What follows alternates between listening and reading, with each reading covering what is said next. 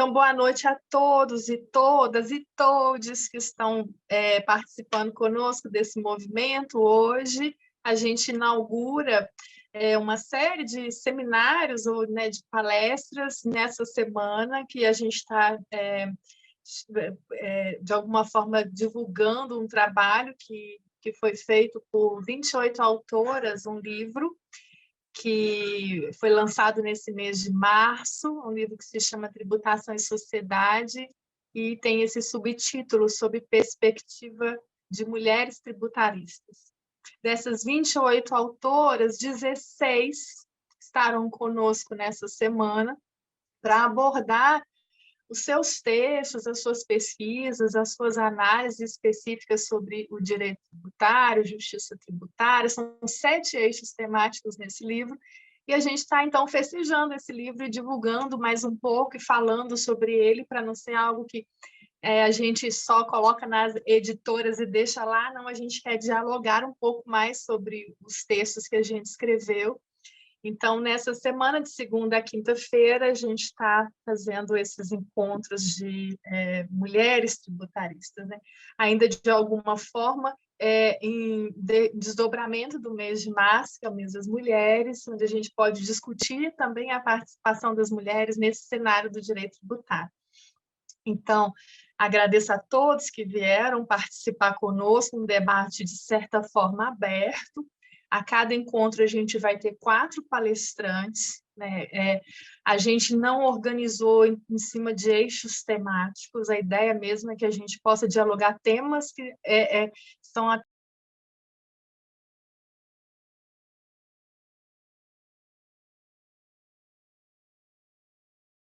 Dani, você ficou sem áudio. O seu áudio sumiu. E eu saí tudo. Eu estou sem áudio. Eu estou há 5 minutos falando sem áudio. Não, fica tranquila, eu interrompi logo. Você, na verdade, estava falando do evento. Vocês não ouviram nada que eu falei. Então... Ouvimos. Ah, tá. Ouvimos. Você só ficou sem áudio quando você estava terminando de explicar a lógica da semana, em que, na verdade, não tinha uma linha temática, cada um ia falar sobre um tema. Aí você ficou sem áudio. Nossa Senhora, estou aqui viajando sobre o meu tema. Então, é isso. A cada encontro são 4 palestrantes, né? E após a fala de cada uma das 4 palestrantes, abre-se a oportunidade para quem está aqui hoje assistindo poder também perguntar, comentar, né? E a gente vai, de alguma forma, tentar conduzir isso. Eu não separei certinho aqui o nome e sobrenome de cada uma, na medida que cada uma vai falando, que aí eu vou chamar pelo nome Carol, Micaela, Bianca, e o nome, sobrenome, tudo, estou aqui no meu jeito torto, né, de apresentação. Mas hoje tem 4 autoras: a Carol Marinho, a Micaela Dutra, a Bianca Xavier e a Júnia Gouveia Sampaio. Felizmente, os nomes estão escritos aí por elas mesmas no Zoom, e isso me facilita a vida. Não que eu não saiba o nome, mas nome e sobrenome às vezes é difícil. Então, né, a gente já vai abrir essa oportunidade para cada uma poder falar, e na sequência vocês podem perguntar, seja pelo chat ou levantando a mãozinha, e a gente vai tentar controlar aí na medida da demanda como isso vai surgir. Tá? Agradeço, então, mais uma vez, principalmente ao Perfil Tributário em Jogo, que nos abre essa oportunidade de, através das suas redes, também vir aqui dialogar um pouco mais sobre essa nossa temática. Fazendo a última, fechando a propaganda do livro, ele está disponível na editora Dialética. Cada uma vai apresentar um pouco do seu capítulo escrito no livro, ou de alguma forma, né, aquilo que transcende a escrita. E existe a versão física, a versão e-book, então, para atender aí os gostos e a acessibilidade de todos, né? Então, para começar o encontro de hoje, com essas 4 mulheres tributaristas maravilhosas, aí eu vou passar a palavra primeiro para a professora Caroline Lins Câmara Marinho de Souza, que ela é professora adjunta, agora eu estou aqui, do curso de Direito da Universidade Federal do Rio Grande do Norte. Ela é doutora em Direito Tributário pela Universidade Federal de Pernambuco. Ela é coordenadora do curso de Direito da UFRN, mestre em Direito Constitucional Tributário pela UFRN, especialista também, professora dos cursos de especialização da UFRN e da UniRN, coordenadora da pós-graduação de Direito Tributário lá também, na UFRN, e ela é coordenadora do grupo de pesquisa Direito em Cena, também da Federal do Rio Grande do Norte. Ela é professora pesquisadora do DEFEM, do GEDI e do grupo de pesquisa Tributação e Gênero da FGV, e também é consultora jurídica. A professora Carol, no nosso livro, ela escreveu um artigo que se chama Direito Tributário na Arte, diálogo imprescindível para reflexões sobre problemas estruturais do sistema tributário nacional. Olha que tema chique. Então, com vocês, eu passo a palavra, já agradecendo por toda a parceria, à professora Carol. Boa noite a todos, a todas. Eu queria compartilhar a minha tela, não estou conseguindo. Será que tem como habilitar? Eu esqueci de pedir para habilitar antes. Vou habilitar agora. Dá. Por enquanto, eu vou falando aqui, primeiro, da minha alegria em participar do livro organizado por Dani, por Priscila. Dani, maravilhosa, sempre nos oportunizando esses momentos, sempre trazendo, a gente se sente muito confortável e à vontade de estar contribuindo, colaborando de alguma forma. E eu sempre, né, falei lá no grupo Tributação e Gênero o quanto que eu ficava feliz em estar perto dessas mulheres, né, que estávamos separadas, agora juntas, agora a gente faz, né, algumas atividades em conjunto, agora a gente se encontra. E, portanto, eu queria agradecer pela oportunidade, né, de escrever e agora de estar aqui no Tributário em Jogo, né, da professora Micaela. Agradeço também a oportunidade de poder falar um pouco sobre esse tema. Como Dani falou, vou falar Dani, tá? Que a gente... Eu sou até de uma região aqui do Rio Grande do Norte, que se chama Seridó, que a gente já, né, rapidinho, Dani, a gente já, rapidamente, já estava se chamando de Dani, daqui a pouco estou chamando Bianca de Bi, Mica, a gente já estabelece ali o diálogo e até a intimidade. E eu me sinto feliz por falar desses dois temas, por conseguir concatenar ali de alguma forma, mesmo que de forma superficial, por se tratar de um artigo, mas como o Dani falou, né, eu sou pesquisadora do Direito em Cena, atualmente coordeno esse grupo de pesquisa e extensão, e aí eu uno essas ideias às ideias do direito tributário. Então, para mim é uma alegria poder falar sobre, né, tudo junto e misturado. E poder trazer também a minha perspectiva de mundo traduzida aí nessas reflexões do artigo que eu trago. Então, tem muito a ver com, assim, como eu me posiciono no mundo dentro da abordagem do direito tributário, né? Eu vou tentar ser bem sucinta. Se não abrir o slide, não tem problema. Deu para abrir? Dá para abrir agora? Agora eu já autorizei, deu? Agora dá. Beleza. Espera aí, deixa eu ver se eu... Agora eu que não estou achando o... Espera aí. Onde é que ele está aberto no... Deixa eu ver no meu... Os meus downloads. Espera aí que ele fugiu agora. Mas se não abrir, não tem problema. Vocês estão vendo? Não. Ainda não, né? Ainda não.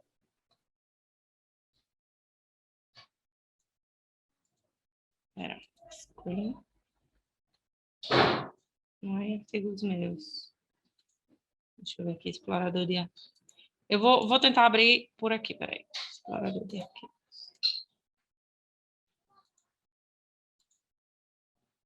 Deixa eu abrir de novo. Ah, tá aqui. Pronto. Vocês conseguem ver? Direito tributário. Ver aqui a minha tela, né? Isso. Deixa eu fechar isso aqui. Deixa eu fechar.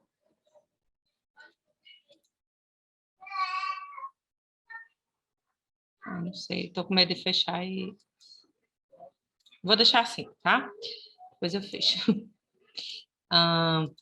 Bom, vamos falar aqui desse artigo, né, que eu, com muita alegria, estou até assim, não, fiz a Dani abrir um novo tópico, porque ele não se encaixava muito nos outros pontos do livro. Estou muito feliz, inclusive, em estar aqui com outras professoras, doutrinadoras, mulheres tributaristas, né? A professora Micaela, a professora Bianca, a professora Júnia também, que vão falar de temas diferentes, mas que servem ali, né? Tem perspectivas diferentes, mas que servem num contexto geral para que a gente colabore com a construção do direito tributário, que sempre foi construído a partir de uma perspectiva que eu diria assim, uma perspectiva muito única, e a gente traz essa pluralidade de pensamentos que serve para que essas pessoas que estão estudando direito tributário hoje possam escolher dentre aquelas visões, né, o que é que elas com qual elas se conectam mais. Eu vou tentar aqui ser o máximo de, né, sucinta para tentar mostrar um pouco do que tem no meu artigo. Lógico que chamando vocês à leitura, né? Não mostrando tudo aí que tem, porque é importante que vocês se sintam atraídos, né? Quando eu fui escrever Direito Tributário na Arte, é importante dizer que foi feito até um recorte, né? Por isso que na arte foi feito esse recorte para que eu pudesse abordar naquele quantitativo de páginas, né, que me foi informado, eu pudesse discorrer sobre manifestações artísticas que retratavam temas tributários. E isso já é um trabalho que eu venho fazendo em sala de aula, retratando o direito tributário, até na tentativa de aproximar mais a tributação de algo que seja palatável, porque por tanto tempo o direito tributário ele se manteve muito distante da sociedade, ainda até porque a linguagem, se o direito, né, já traz uma linguagem inacessível, o direito tributário até dentro do sistema jurídico é como se ele fosse um mundo à parte. Então eu tento assim até como propósito de vida tornar mais acessível esse estudo para que as pessoas possam lutar por seus direitos, já que conhecimento é poder, linguagem é poder também. Então, a gente vai fazer um diálogo, né, que eu considero imprescindível para a gente compreender os problemas estruturais do nosso sistema tributário nacional. Falando especificamente do artigo, ele foi dividido em 4 pontos principais, sendo que o ponto 3, que é o direito tributário na arte, especificamente, eu vou falar um pouco sobre essas manifestações artísticas, expressões aí de arte e cultura, em que eu posso encontrar direito tributário. E, com isso, a gente vai fazer diversas reflexões. O direito tributário, né, e eu começo até... isso tem a ver com a minha história, com o lugar de onde eu venho, né? O direito tributário, ele vem sendo visto, como eu falei no início, a partir de uma perspectiva única. Por quê? Porque, ao longo da história, nós vimos que a história da tributação ela se confunde com a história da opressão. Então, muitas vezes a gente encontra hoje esse espaço em que as pessoas são insatisfeitas com a cobrança de tributos, e você vê esse lugar comum de o tributo é ruim, ou até aquela expressão que eu nem gosto, mas, né, que muitas vezes as pessoas repetem, que é imposto é roubo. Eu tento, inclusive, desconstruir isso, né, por causa dessa história de opressão e dessa perspectiva que eu tento trazer, mas se confunde aqui essa minha análise até com o lugar de onde eu vim, que aqui no Nordeste a gente tem um histórico dentro da construção, até da história do Brasil, a gente é visto muito numa perspectiva regional. O professor Durval Muniz, quando escreve A Invenção do Nordeste, ele fala, né, que ele nunca compreendeu porque que, enquanto historiador, ele era um historiador, se ele falasse sobre a história da Paraíba, ele é paraibano, ele estava tratando de história regional, enquanto que historiadores paulistas, quando tratavam de história dos bandeirantes, estavam tratando de história nacional. Então, a minha tentativa de reflexão se refere a uma tentativa da gente reconstruir o direito tributário a partir de diversas perspectivas e visões. E a visão, né, de uma mulher nordestina que tenta também se aproximar dessas discussões, dos debates sudestinos, sulistas e sudestinos, vem aí desse lugar de tentar, assim, até provocar algum desconforto para que a gente possa reconstruir, né, o direito tributário. No primeiro ponto do... Modulação dos efeitos em 2021, em outubro de 2021, se eu não me engano. Espera aí, que eu acho que alguém está com o áudio ligado. Pessoal, por favor, desliga o áudio. Depósito judicial. Pronto, já estou desligando aqui. Pode prosseguir. Pode continuar. Então, no início, eu começo a falar como é que a tributação aparece em manifestações artísticas.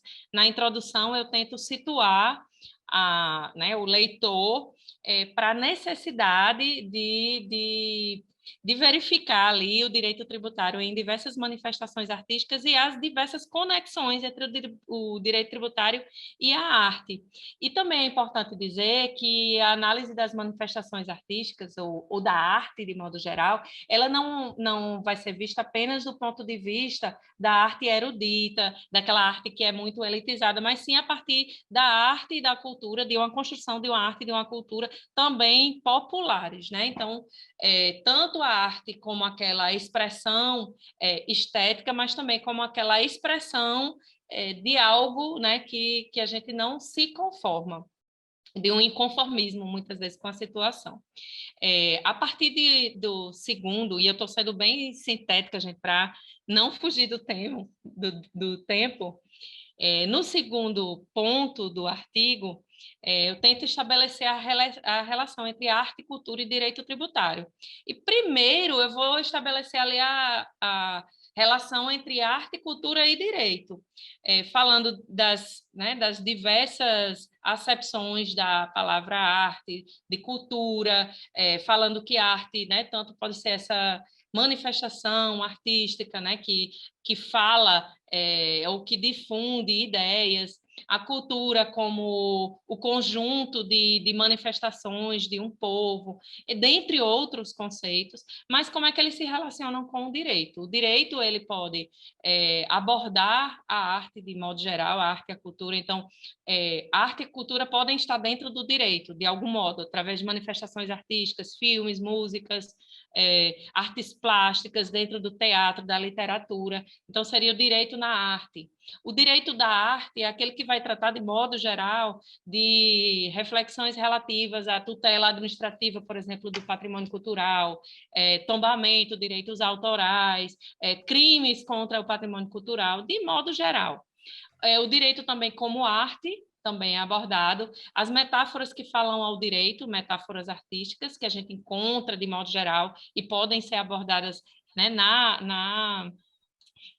no curso de direito, como metodologia até para o ensino do direito constitucional, arte e cultura como direito também, né? E aí a gente passa para as relações entre direito tributário e arte, que aí eu estabeleço essa conexão, essa própria, assim, foi construída, autoral, digamos assim, a partir de diversas leituras, e eu estabeleci essas 3 categorias, né? Direito tributário na arte, da arte, que seria, por exemplo, a tributação relativa ao audiovisual, incentivos fiscais para a cultura, o direito tributário como arte, já que o direito, ele, né, até seguindo uma ideia desenvolvida pelo professor Eros Grau, o direito seria uma arte halográfica, ou seja, que depende de interpretação. Mas o ponto, né, fulcral aqui do nosso artigo é realmente estudar e refletir sobre as manifestações artísticas que trazem o direito tributário, ou seja, o direito tributário na arte. E, para isso, eu fui fazer um passeio em diversas manifestações artísticas, em música, em cinema, em artes plásticas, em literatura. E por que isso? Como eu comecei falando de Chimamanda, tem um artigo, e na verdade também é uma palestra que gerou um livro, né, de Chimamanda, e gerou até um artigo que eu escrevi junto com as professoras Ana Priscila, Tatiana Guiar e Mariana de Siqueira, Chimamanda fala do perigo da história única, porque ela fala muito sobre o perigo de se verificar como é que a África, né, a gente verificar a África como sendo um continente, como se fosse algo único, e a gente tem uma visão ali, uma visão única que nos é passada a partir de uma narrativa que predomina, uma narrativa hegemônica. Isso acontece também com o direito tributário, essa perspectiva única do direito tributário que eu já falei para vocês. Muitas pessoas ficam insatisfeitas com a tributação, com a cobrança de tributo, em razão daquilo que foi passado, da história de opressões. E estudar manifestações artísticas para refletir sobre o direito tributário, sobre essa cobrança, sobre os nossos deveres perante a sociedade e sobre também esse sistema tributário que é injusto, né, que tem uma carga tributária mal distribuída, sobre o que repercute o ônus tributário, sobre quem repercute, sobre as necessidades de reflexão, né, sobre, por exemplo, as grandes empresas, os bilionários, as empresas de tecnologia, as grandes corporações que não pagam a contento a tributação devida dentro da divisão desse ônus tributário. Então, a gente usa ali. Eu começo falando da música Taxman, do Beatles, né, que reflete uma insatisfação, principalmente expressa pelo George Harrison, que é quem escreveu especificamente a música, e ele reflete uma insatisfação generalizada. Eu falo também da música Imposto, de Djavan. Djavan, ele expressa muito do senso comum aqui no Brasil, porque as pessoas, né, costumam dizer que a tributação, nós temos uma alta carga tributária e não temos a contraprestação devida. Mas o que eu costumo dizer é que, a despeito de termos essa contraprestação que as pessoas acabam dizendo, até porque existe uma narrativa sendo contada há muitos anos, de que tudo que é público, tudo que é do Estado não teria uma validade, uma legitimidade.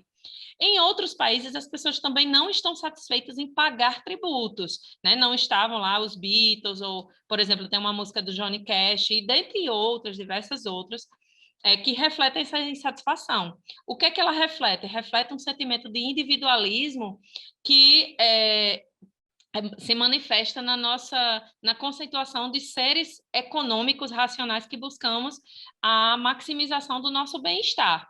E enquanto que a gente precisa refletir que, veja, nós nascemos com esse caráter individual, mas precisamos desenvolver, enquanto sociedade, o sentimento de solidariedade social, que vai, né, desenvolver mecanismos para que esse ônus tributário seja bem distribuído.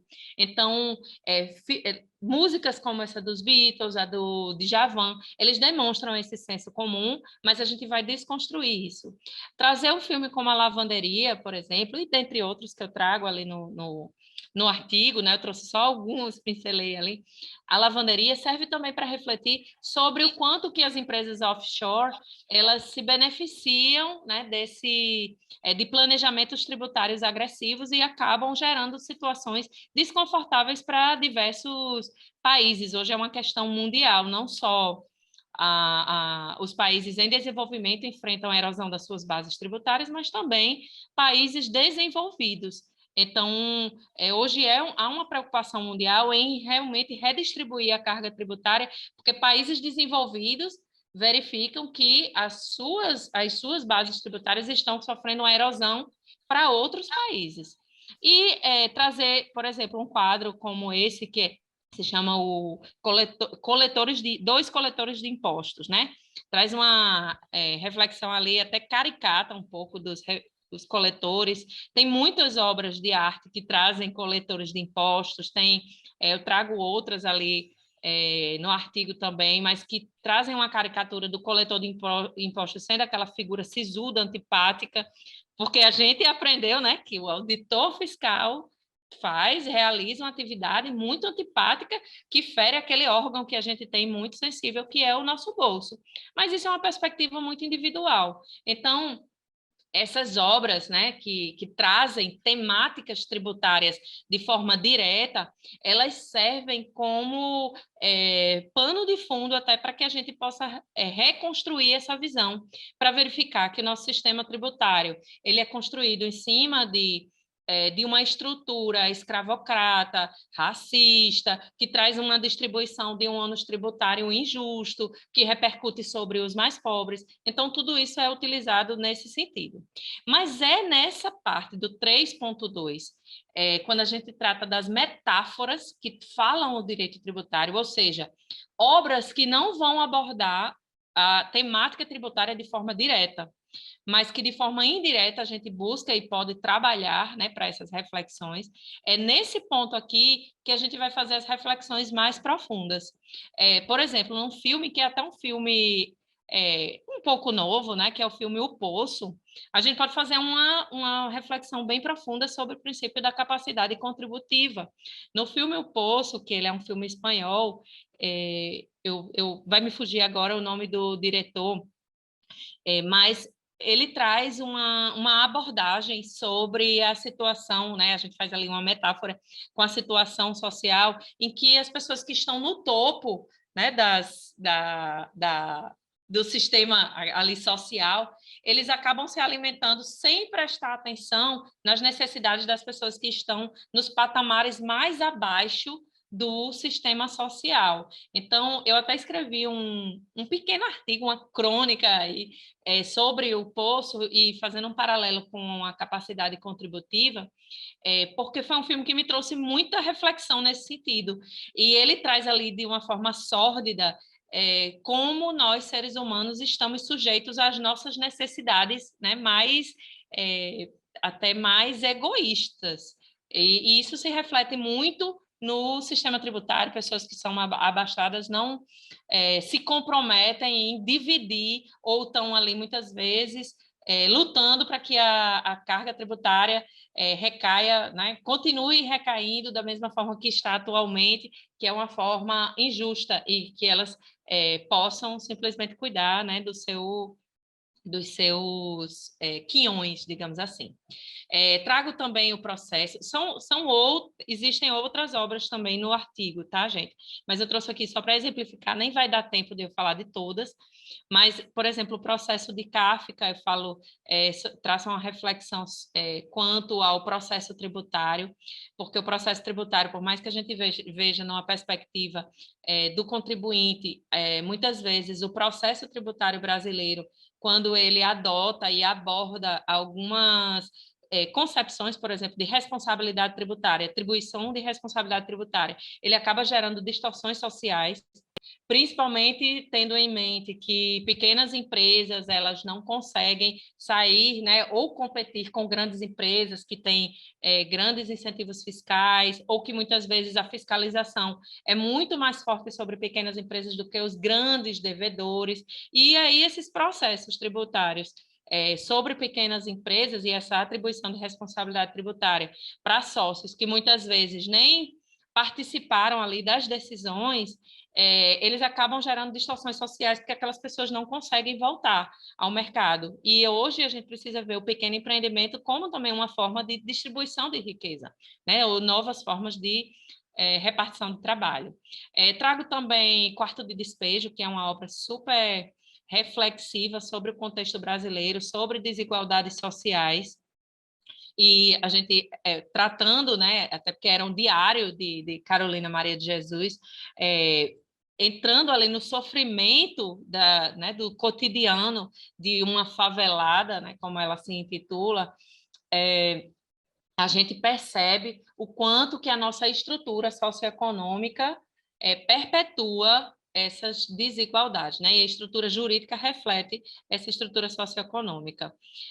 Ou também trago outras abordagens, como a Desconstruindo a Amélia, de Pitt, que tem repercussões tributárias ali, quando a gente verifica as discussões relativas à tributação feminina, quando a gente perpetua estereótipos de uma mulher submissa, de uma Amélia, ou de uma mulher que, quando consome, tem considerados os seus, digamos assim, as suas, os seus sentidos e as suas necessidades, as suas demandas por consumo, elas são consideradas fúteis, isso acaba repercutindo na tributação, porque como a gente tem ainda uma baixa representatividade política feminina, o sistema tributário construído por homens acaba também construindo essa aplicação de alíquotas a partir dessa consideração de que o que a gente consome é fútil ou não é essencial. Basta ver a tributação do absorvente, que já é uma discussão que vem tomando força em todo o mundo, ou também as discussões sobre produtos femininos, seja a Pintex, que é um fenômeno mercadológico, né, de formação de preços, ou até as alíquotas de IPI sobre produtos femininos, considerar que a mulher, para se inserir no mercado de trabalho, precisa de cosméticos ou de produtos para que ela possa se inserir, mas esses produtos são altamente tributados, porque são considerados fúteis, é uma repercussão tributária do que vem sendo refletido nessas manifestações artísticas. E é uma construção que vem, né, de muitos anos, então, refletido nessas manifestações artísticas. Eu vou parar por aqui, né, vou chamar vocês a lerem o artigo para que possam compreender todas essas reflexões. Eu queria finalizar a minha análise, né, trazendo mais uma frase da Chimamanda, que sempre me toca muito, né, para dizer que a história sozinha ela cria estereótipos. E o problema com estereótipos é que não é que eles não sejam verdadeiros, mas é que eles são incompletos. Eles apenas trazem uma história a se tornar única, né? Então, eles fazem uma história que vai se tornar única. E trazer reflexões sobre essas manifestações artísticas, obras de arte, manifestações culturais, nos faz observar o direito tributário a partir de outras perspectivas. Então, o artigo tenta, de modo geral, trazer assim, uma situação de desconforto mesmo, para que a gente tente verificar no que nos rodeia, considerando que foi a arte que nos colocou de pé, pelo menos a mim, né, durante a pandemia e mesmo depois e antes da pandemia, é algo que nos permeia, que nos acompanha. Então, esse era o intuito, né? E foi muita responsabilidade começar essa semana tratando, né, desse tema e ao lado de tributaristas que eu tanto admiro e respeito. Eu agradeço pelo espaço e passo a palavra, acho que é para a Dani, né? Para a Dani, para que possa prosseguir com o evento. Obrigada, gente. Eu que agradeço, minha querida. Eu sou super suspeita para falar, porque eu amo o trabalho da Carol e o texto da Carol. Vale muito a pena e não é nem assim, uma coisa de marketing do livro, no sentido da publicidade, não. É no sentido de fã mesmo. Eu sempre falo com ela que o texto dela está um primor. É como, né, usando um pouco da linguagem da arte, um portfólio assim, da relação de textos, de obras, da literatura em geral, da arte em geral, de pinturas, com direito tributário. E eu acho que também hoje, a partir das falas de cada uma, também é algo que já fica para mim na primeira palestra, já fica muito para mim o quanto que direito tributário é bonito por essa complexidade da gente sair de um texto e de um enredo, né? Onde a gente fica tentando rebuscar essa coisa da estrutura, da função, do sistema, do incômodo, dos anseios, e também poder fazer análises técnicas do microcosmos, né, da jurisprudência e da técnica mesmo do direito tributário. Acho que por isso que ele é apaixonante, porque ele também incomoda, né? Então, acho que é um pouco nesse sentido. Então, muito obrigada. É muita responsabilidade mesmo você começar a falar, porque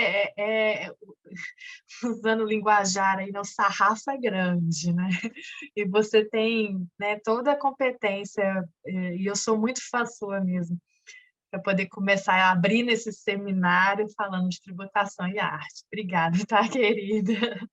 Na sequência, não menos, mas mantendo esse nível alto, eu chamo a professora a doutora Bianca Xavier, né, que vai também pontuar sobre o seu texto. A doutora Bianca, ela é doutora em Direito Tributário também, pela PUC de São Paulo, é professora de Direito Tributário da FGV, Direito Rio, e é coordenadora de pós-graduação em Direito Financeiro e Direito Tributário na UERJ, além de ser advogada também.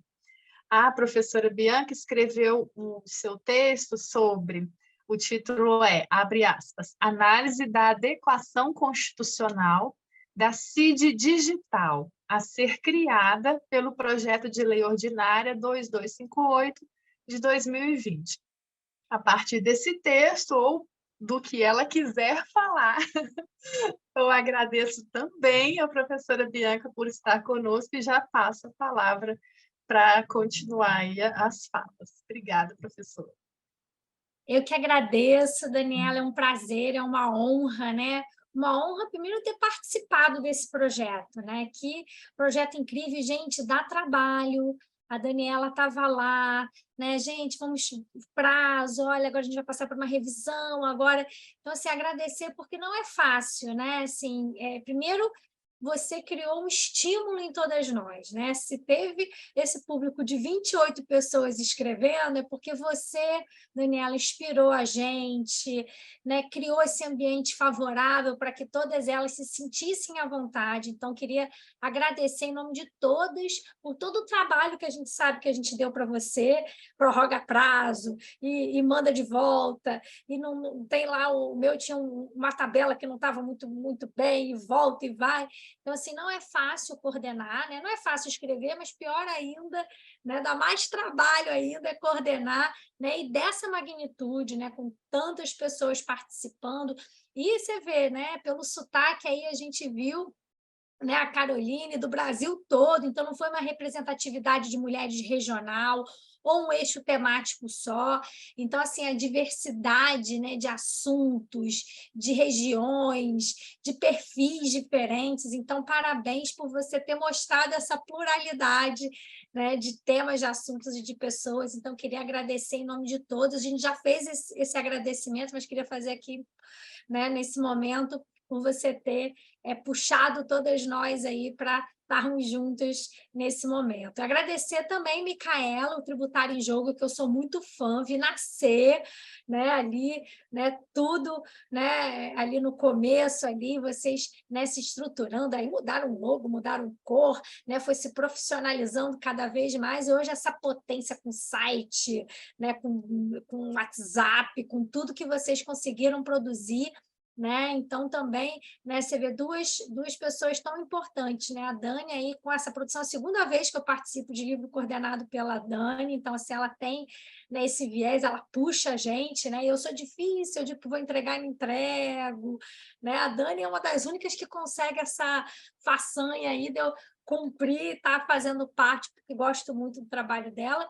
E o Tributário em Jogo, sempre que eu posso também, sou chamada, eu vou com muito prazer, porque é um espaço muito legal, vocês criaram agora esse do Zoom também, então parabéns aí para vocês. E dizer que eu estou muito feliz de estar com a Caroline, com a Júnia, né, com todos, Micaela também, Dani, né, pessoas incríveis, e eu pude ver aí pela Caroline, nunca tinha ouvido a Caroline antes, fiquei aqui encantada, e aí, Dani, entendi por que você propôs, né? Primeiro que ela conseguiu falar em 10 minutos sobre vários temas, né? Inclusive o meu, que ela falou ali, tributação das grandes techs, né? Vou falar aqui um pouquinho. Falou de tributação em gênero, que também é um eixo, então ela conseguiu em 10 minutos falar sobre tributação e arte e falou um pouco de tudo do livro, né? Realmente ela pode abrir todas, bota ela para abrir todas, que ela abre o caminho, né? Sobre todas as perspectivas aí, né? Que bacana. E dizer duas coisas, Caroline. Primeiro que tributação e arte, eu já vi aí, até o seu fundo tem arte, ó, tem quadro, tem escultura, e a sua apresentação por si só foi uma obra de arte, né? O seu Canvas, sei lá, PowerPoint, né? Então, assim, você, né, incorporou, né, a arte em todos os sentidos, né, para fazer aí a sua apresentação. Parabéns, adorei te ouvir também, Carolina. Então vamos lá, porque é 10 minutos, não dá para elogiar muito, agradecer muito, porque o tempo é curto, né? Então vamos lá. E aí, já pegando aqui umas provocações, né, da Caroline aqui, né, que ela já antecipou aqui algumas questões, né? O que a gente está falando hoje? Hoje está, né, em ebulição. Né? Primeiro, nós temos aí, né, o arcabouço fiscal, né, se discutindo como, por exemplo, a tributação, né, das apostas, né, que é, né, um nicho aí com capacidade contributiva, que também foi um tema que a professora Caroline colocou aqui na mesa, né, a busca, né, por quem está, né, aí exteriorizando riqueza, de que maneira o governo ele consegue incrementar as receitas públicas, né, buscando essas riquezas. Então, a gente está aí na semana da discussão dos BETs, né? Vocês devem estar acompanhando aí essa discussão. E aí também uma discussão que surge, e aí tem a ver diretamente com o que eu escrevi, é a tributação, né, das grandes empresas de tecnologia que a professora Caroline falou. Né? Já senti até ali um viés ali, né, de tributação, e eu concordo, tá, Caroline? Mas a minha análise, e aí eu quero dividir aqui com vocês, é a criação de um tributo específico. Será que o nosso ordenamento jurídico, como está posto hoje, permite a criação da chamada CID digital? E aí, para a gente não falar em termos absolutamente abstratos, né, existe um projeto de lei, né, que é o PL 2358 de 2020, e tem até o PL 640 de 2021, ou seja, tem mais de um, esses dois estão apensados, e que a proposta é essa. A proposta é: vamos pegar essas empresas, a gente está falando de Facebook, eles querem pegar a Amazon, né, essas empresas que têm uma capacidade contributiva grande, porque são essas empresas grandes de tecnologia. Então, vem essa proposta para tributá-las através de uma figura tributária chamada CID. Então, o meu artigo, ele faz essa análise sem entrar na discussão, Carol, se deve tributar mais ou menos. A questão é: será que pode tributar através da CID? Essa foi a pergunta que eu me dispus a responder, né, ou pelo menos pesquisar, né, para dividir com vocês aí nesse artigo. E aí, né, quando a gente fala de CID, e eu sempre digo isso, né, contribuição de intervenção no domínio econômico, é algo que, né, assim, não está tão no dia a dia dos brasileiros, né? Você fala de imposto, você fala de taxa, tudo bem que as pessoas usam imposto, né, tecnicamente como, né, referência a tributo, mas se você conversar com um brasileiro, ele sabe o que é imposto, ele sabe o que é uma taxa. Quando você fala em CID, a pessoa fala: quem é essa pessoa? Não conheço a CID, né? Eu até costumo brincar nas minhas aulas, eu vi que tem alguns alunos meus assistindo, quando eu dou aula de CID, eu sempre faço referência ao debate presidencial, se eu não me engano, de 2002, né? Lá, né, 20 anos atrás, né? Que o garotinho pergunta ao Lula quais eram as propostas dele com a CID. Ele quase nomeou a CID para algum posto, porque ele não tinha ideia naquela época que era CID. E o garotinho, obviamente, aqui no Rio de Janeiro, tem uma participação da CID Combustível que era relevante, então ele conhecia bem, né? E aí, de fato, né, veio essa discussão, e eu digo para os meus alunos: ainda que você não queira ser tributarista, se você quiser ser presidente da República, você precisa saber para poder discutir, né, qual vai ser o seu destino com a CID. Então, que figura é essa, né? CID. Né? Por quê? Porque o governo, a gente sabe, o Estado, não vou falar nem governo para a gente não confundir essas figuras, mas a gente sabe que não se deve intervir na economia. Né? O Estado, hoje, ele deve cuidar do bem-estar social, né, de saúde, educação. A economia, lembra da mão invisível de Adam Smith? Né? Lembra disso, que estudou a economia um pouco, pelo menos as bases? Né? A economia ela se regula por si só. Né? É demanda, é oferta, é procura. Né? Só que, vejam, a gente tem um tributo que se chama contribuição de intervenção no domínio econômico, ou seja, ela foge essa lógica. É o Estado intervindo. E aí vou pegar a carona na Carol. Ela não falou do Robin Hood, eu estava louca para ela falar do Robin Hood. Por quê, Carol? Porque a CID é o Robin Hood. Eu tiro de uns para dar para outros. Esse é um tributo Robin Hood na essência. Então, vamos lá, CID combustível. Eu tiro de quem está efetivamente poluindo, né? Quem está tendo receita com atividades poluidoras, para quê? Para investir no álcool, que é menos poluente. Né? Então, olha como é que a CID é o Robin Hood. Quando eu vi ali, eu falei, gente, Carol, a gente nem combinou, Carol. Olha aí, eu vou falar do Robin Hood, está no artigo, Carol. Olha, Dani, tudo a ver, você tinha razão, ela podia começar, porque está ligado, né? Então, a CID é um tributo Robin Hood. Eu tiro de um grupo, né, com base na ordem econômica para dar para outros. Então, se a gente está vendo que a CID ela é excepcional, porque ela é uma intervenção na economia, o Estado intervindo na economia, né? O Estado aqui que eu digo lato sensu, que é um tributo exclusivo da União Federal, né? Mas se a União ela pode intervir na economia, quando, de que forma? E será que a CID digital é a resposta para essa erosão de base que a Carol falou tanto? Então, vamos lá. Primeiro, né? Assim, claro que a gente pode, e tem várias regras para a CID, tá? Mas em 10 minutos eu vou destacar aqui 5 pontos para a gente falar da CID rapidinho, tá? Então, vamos lá. Primeiro deles, CID, a contribuição tem destinação. Quando eu olho o projeto de lei 2358, eu vejo destinação, é destinação para tecnologia, então, o primeiro requisito, está cumprido? Tá. Senhoras e senhores, tem destinação, contribuição tem que ter destinação, não pode ir para o caixa único. Se vai ou não, são outros 500.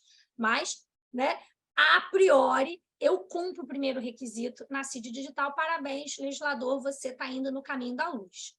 Só que aí, essa destinação e essa intervenção, ela tem que estar de acordo com o artigo 170 da Constituição. Gente, é intervir excepcionalmente na ordem econômica. Então, é para quê?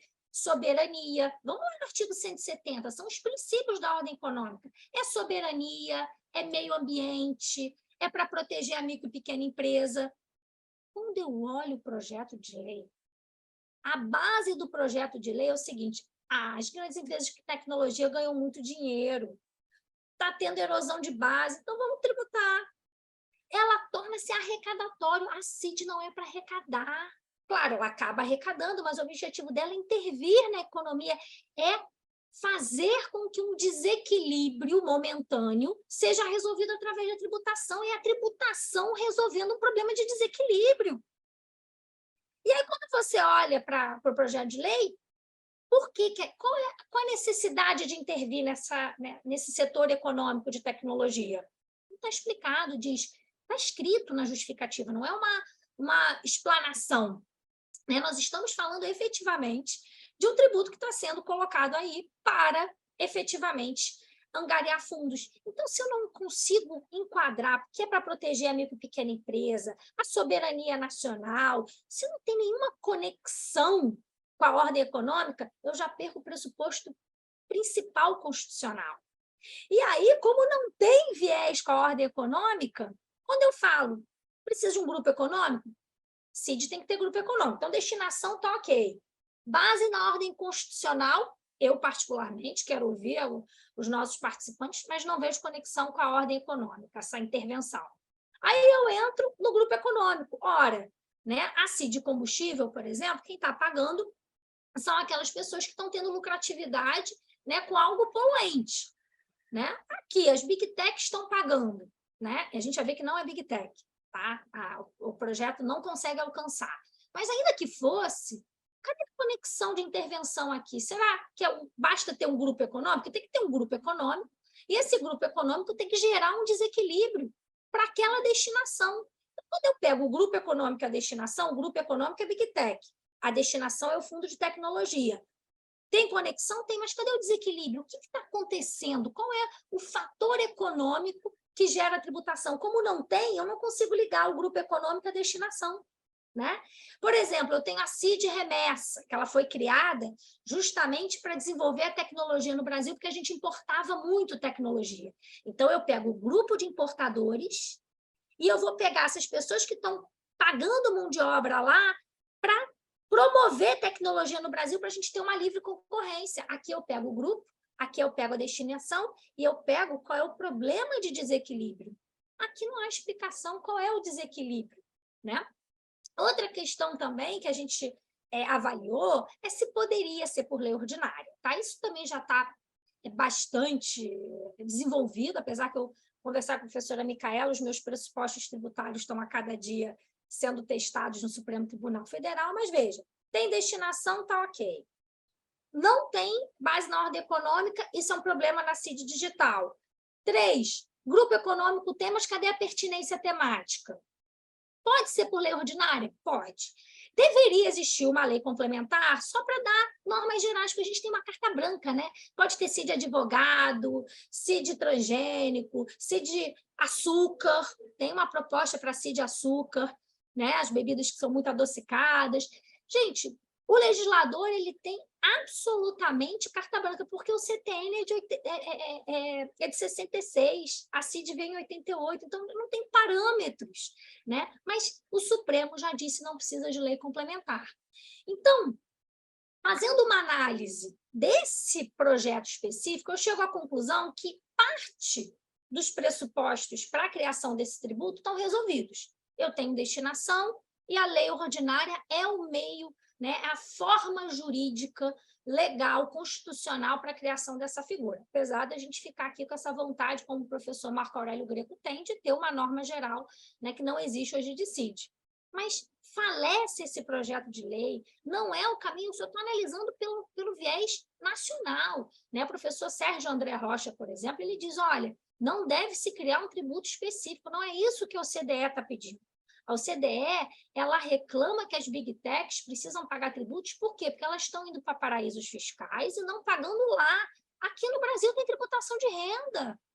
A gente não está com problema no Brasil de erosão de base, a gente causando isso, né? Então, a criação de um tributo específico é criticada até mesmo no âmbito da OCDE, mas eu não quero nem analisar, né? No âmbito internacional, aqui, a nossa CID, será que ela é resposta para buscar essa capacidade contributiva? Será que a gente não poderia, né, criar uma progressividade maior do imposto de renda, já que essas empresas têm mais capacidade contributiva?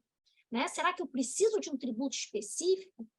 Esse é o questionamento que eu faço no artigo, né, que essa proposta específica me parece que levaria aí uma litigiosidade por falecer principal característica, que é a intervenção, né, a razão da ordem econômica. E mais, tem para quem tiver interesse, né, junto lá no processo legislativo, tem uma manifestação da Procuradoria, né, ou melhor, da Receita Federal, e aí pergunta a Receita Federal, né, você pode me responder se as Big Techs, né, estão pagando tributos, se elas pagam mais, pagam menos?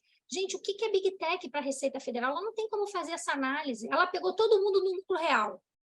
Aí, no lucro real, ela pegou os KNAIs MJ. Gente, KNAI MJ tem advogado, tem veterinário. Então, olha a análise que foi feita. A Receita Federal, e não é culpa da Receita Federal, não, ela não tem mecanismo porque ela não precisava dessa informação. Então, veja, se fez um projeto, que se provar o fato de que as Big Techs não pagam, a resposta da Receita ela é inconclusiva, até porque paga, né? Se você pega o M e o J, né, tem uma tributação maior do que as que estão no exterior e as que não estão. Então, o que eles dividiram entre as multinacionais e as brasileiras? Pagam igualmente, né? Só tem mais capacidade contributiva. Então, a gente chega à conclusão que criar um tributo específico pode ser até uma solução, mas criar CID digital nos termos da 2358 parece que está em desacordo com a Constituição Federal, até porque os dados fáticos que foram informados no processo legislativo só demonstram que, de fato, não há essa erosão, que não há por que se falar aqui numa tributação específica ainda de Big Tech nesses termos. Então, Carol, acho que o nosso Robin Hood aqui está super prejudicado, né? Está tirando, né? Por que está tirando? O Robin Hood ele tirava dos ricos para dar para os pobres, e aqui a gente tem que tirar de quem está causando desequilíbrio. Então, o nosso Robin Hood está perdido, porque ele não sabe por que ele está agindo. E para o nosso Robin Hood CID agir, ele precisa agir com base no artigo 170. Então, esse filme aí a gente vai ter que tirar de cartaz, né? Nem tem que ir para cartaz esse filme aí da CID Digital, porque ele aí está fazendo aí o seu roteiro, está contrário à Constituição Federal, que tem que ser o maior roteirista de todos esses filmes tributários, até onde a gente sabe, né? Então, é isso, Dani. né? Ainda temos muito para discutir. Tem a CID agora, internet, né? Mas a CID digital, essa daí, para mim, é um filme que eu não vou recomendar ninguém assistir, não. Não sei vocês. Ô, professora, muito obrigada. Vocês estão me escutando bem? Porque eu acabei mudando de máquina aqui para poder dar certo. Aqui o computador fica mais lento, mas eu espero que eu consiga também me fazer compreender. Eu queria ser aluna de vocês, porque é muito bom ouvir teses, né? A ideia do livro, e aí também fico ouvindo e pensando um pouco no livro, e aí uma das regras que eu fiz questão de lutar por ela é que o livro, que cada trabalho fosse escrito como autoria única, que cada uma pudesse apresentar sua tese, ou uma tese, né? Que a gente tem muitas teses, né? E eu acho que isso, modéstia à parte, deu certo, né? Eu acho que isso é muito bacana, porque aí a gente consegue poder assistir a aulas maravilhosas, como as duas que foram dadas aqui, e foi muito intuitivo a gente poder abrir com tributação e arte, de repente a gente abordar tecnicamente, e esse casamento aí, principalmente com a Liga do Robin Hood, não dito, mas é presente nas duas abordagens, né? Eu já vi que tem alguns comentários e perguntas aqui, fiquem à vontade, mas eu vou segurar para a gente poder, de repente, fazer um apanhado ao final. E aí, com isso, eu vou passar a palavra agora para a nossa próxima palestrante, já agradecendo demais a doutora Bianca pela sua fala, pela sua aula e pelo gostinho de deixar-nos querendo ser seus alunos. E agora a doutora Júnia Roberta Gouveia Sampaio, também autora do nosso livro, vai falar. A doutora Júnia, ela é vice-presidente da segunda turma ordinária da quarta Câmara da primeira sessão do Conselho Administrativo de Recursos Fiscais, do CARF. Ela é mestre em Direito Tributário pela Universidade Federal de Minas Gerais, a UFMG, mineira igual a mim, diretora da Associação Brasileira de Direito Tributário, a ABRADT, nossa querida ABRADT, e professora do Instituto Brasileiro de Estudos Tributários, o IBET. A doutora Júnia escreveu também sobre um tema muito interessante, muito presente, muito atual, que é o federalismo fiscal, e o título do trabalho dela foi A Desvinculação de Recursos da União, a DRU, ou DRU, e o federalismo fiscal na jurisprudência do Supremo Tribunal Federal. Eu agradeço também fortemente a doutora Júnia por ter também aderido ao projeto, a ideia, ter contribuído com o seu texto, ter posto sua assinatura no nosso livro, e passo a palavra para os seus comentários e a sua aula também sobre o seu texto. Fique à vontade, doutora Júnia.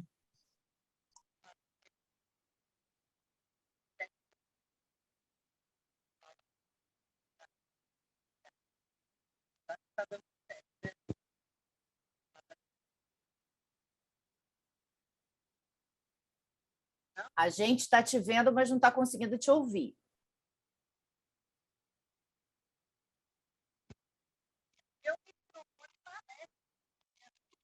Ele está bem longe, parece que está meio que com interferência. Está baixinho, a gente te ouve distante.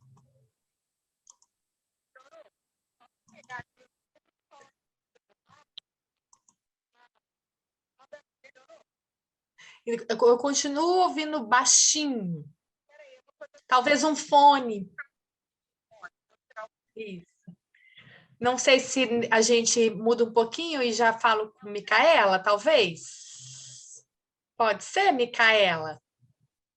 Aí, nesse caso, então, eu vou apresentar a nossa querida Micaela, que também é anfitriã, né? Mais do que uma convidada. Ela nos cede o espaço. Agora, o microfone acho que vai melhorar agora. Melhorou? Melhorou. Espera aí, que agora eu preciso achar vocês aqui, que eu não estou enxergando. Espera aí, calma. Desculpa a confusão. Quem sabe faz ao vivo. É isso aí. É isso aí. Vamos lá. Eu não tô enxergando, mas já que vocês estão ouvindo, eu acho talvez a sua câmera esteja invertida, alguma coisa assim, porque a gente também não te vê mais. Ai, meu Deus do céu. Tá, peraí, deixa eu entrar aqui, vai seguindo aí, então. Vou seguindo, então. Aí a doutora Júnia vem... isso. Pronto. Melhorou. Vamos lá, doutora Júnia. Então. Aí, mas vai dar para a gente seguir. Fique à vontade. Com você, então, doutora Júnia. Vou cortar aqui, tentar ser o mais breve aí por causa da questão. Obrigada, Daniela, obrigada pelo convite para participar aqui também da mesa, com a Micaela, com a Bianca, com a Caroline. E eu já vou passar aqui rapidinho. Realmente é engraçado, a Daniela começou falando que os temas seriam mais ou menos desconexos, mas não são. E, na verdade, é muito interessante porque a doutora Bianca, a professora Bianca, falou da questão do Robin Hood. E o meu tema, basicamente, ele toca numa disfunção que eu acredito, tá? Que existe até hoje, que é o seguinte: as contribuições, de um modo geral, elas têm essa destinação, né? Elas têm essa característica, que a essência das contribuições é exatamente a destinação e o pano de fundo que está, especialmente das contribuições para a Seguridade Social, é a solidariedade social, que a professora Caroline também comentou, tá? Só que a DRU, o que seria a DRU? A DRU, ela é como se fosse o seguinte: ok, vem um constituinte e fala, nós vamos transformar a tributação e dar à tributação um caráter mais social. E como que nós vamos fazer isso? Por meio das contribuições, né? Você vê isso nitidamente no artigo 149, no artigo 195, né? Você não tem uma formulação do que é a contribuição social como tradicionalmente um tributo causal, né? É o que o professor Marco Aurélio Greco fala, a essência dela é ser um tributo finalístico. Então, ótimo, o Constituinte foi lá e falou, ótimo, nosso país é extremamente desigual, né? E, portanto, nós vamos tentar dar esse jeito, nós vamos tentar aqui ser, exatamente porque é um Estado democrático de direito, portanto, tem um viés de Estado social forte, nós vamos tentar fazer esse Robin Hood, tá?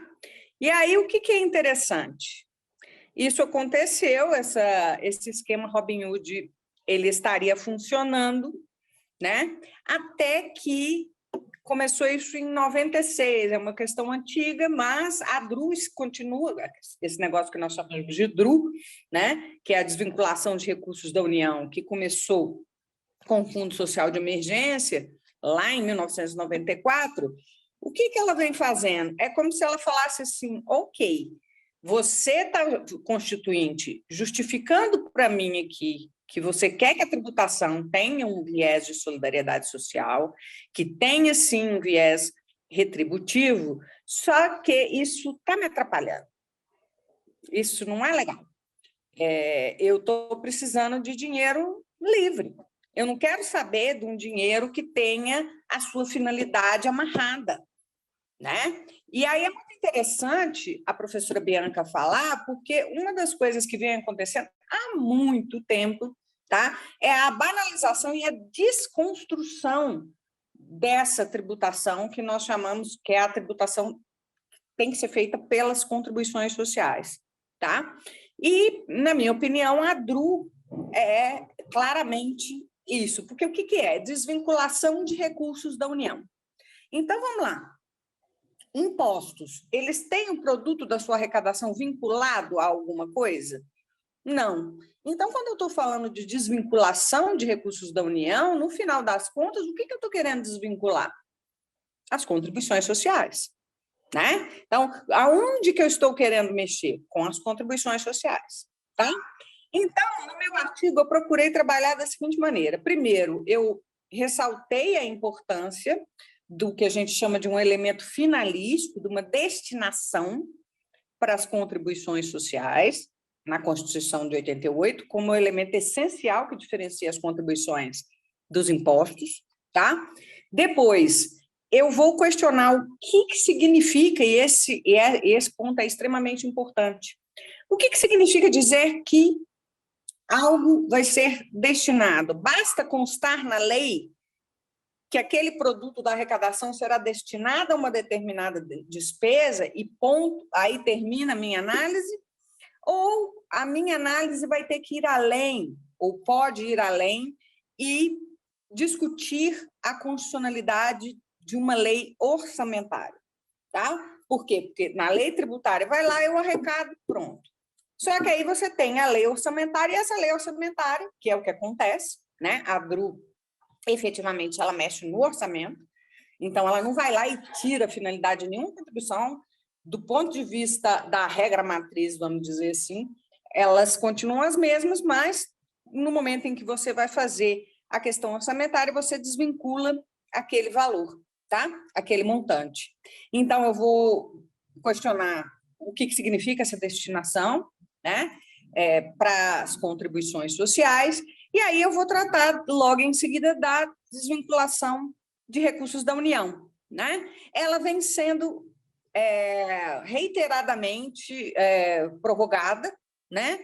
Ela começou com um fundo, foram 2 fundos, foi o Fundo de Estabilização Fiscal, depois o Fundo Social de Emergência, e logo em seguida veio a DRU, com a emenda constitucional número 27 de 2000.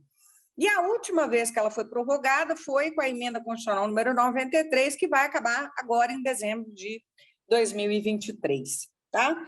Bom, eu até fiquei pensando se esse tema não estaria meio antigo e etc., mas por 2 motivos eu resolvi falar dele. Primeiro, que foi a minha pesquisa de mestrado, né? É o meu livro.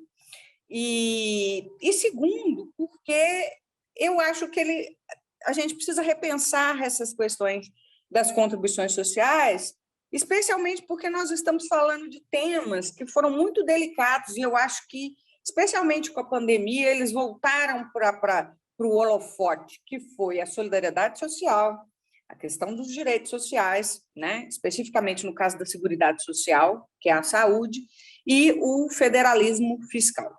Bom, então, em relação à primeira parte, como a professora Bianca já falou, e eu também não vou ficar aqui dando mais detalhes, parece muito claro que a Constituição Federal ela quis dar como diferença essencial, e, na minha opinião, da própria natureza jurídica desse tributo, que é a contribuição, o elemento finalístico. Isso está lá no artigo 149 da Constituição, quando ela fala que é como instrumento de atuação nas respectivas áreas, né? E no artigo 195, quando ele fala o que é Seguridade Social e que a arrecadação vai ser para aquelas destinações, que é saúde, previdência e assistência social, tá? É interessante só mencionar, porque nós saímos de um sistema que era baseado na previdência. Então, antes de 88, para o sujeito ter direito a ir num hospital, ele precisava mostrar carteira de trabalho, tá? A partir de 1988, nós continuamos a ter a previdência, mas nós tivemos 2 questões universais, que é a saúde e a assistência social, tá? Custeadas por quais tributos? Pelas contribuições à Seguridade Social, tá? Que tem uma arrecadação expressiva. Então, outra coisa importante da gente perceber é que nós tivemos um aumento expressivo da carga tributária, tá? E aí vai entrar na questão que eu vou falar do federalismo. E esse aumento expressivo, se vocês olharem, ele se deu essencialmente por majoração das contribuições sociais. E aí vocês vão falar, uai, mas então tá ótimo, né?